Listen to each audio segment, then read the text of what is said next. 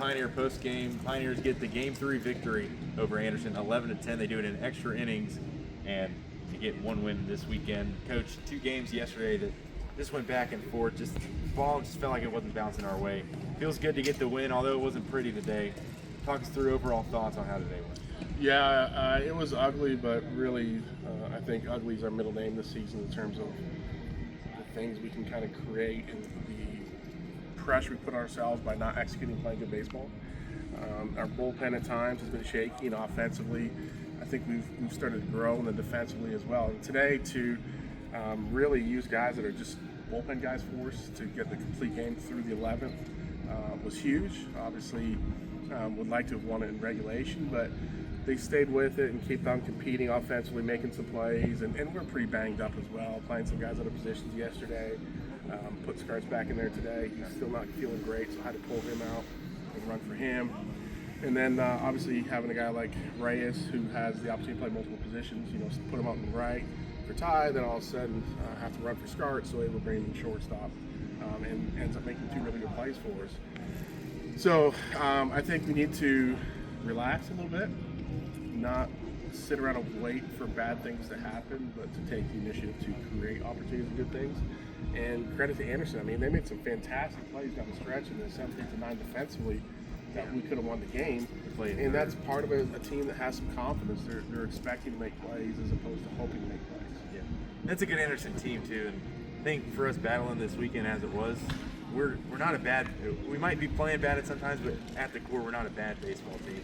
Well, I've made that quote for weeks now that we're not a bad baseball team. We play bad baseball, and some of these comments can even go back to the fall.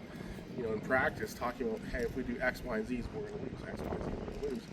And guess what? In the spring, we're doing that, and we're losing. We're walking guys. We're not driving guys in situationally. We're making errors on defense. We're not getting cutoffs. So all the things that the game requires you to do at a high level to win games, we typically, through whatever stretch, whether it's the first couple innings, the middle, or the end, do things to put ourselves behind and have to play catch-up. If we play 14-inning games, we'd have a chance to win a lot more games. But we put ourselves so far behind, we run out, whether it's the 7th or the 9th inning, to not have a chance to score and come back. So, we're talented, very inexperienced as far as how many bats and innings these guys have had in college, so there are going to be growing pains. I like them a lot. We have to be a little tougher too, I think. You talked about the bullpen being shaky at times this year. You had a chance today, arms are running low. You put Tipton out there for his first start of his career.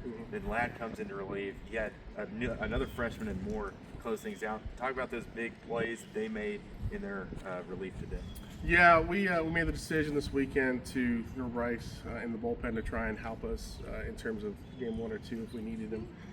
So we knew we were going to have to kind of pitch by committee today.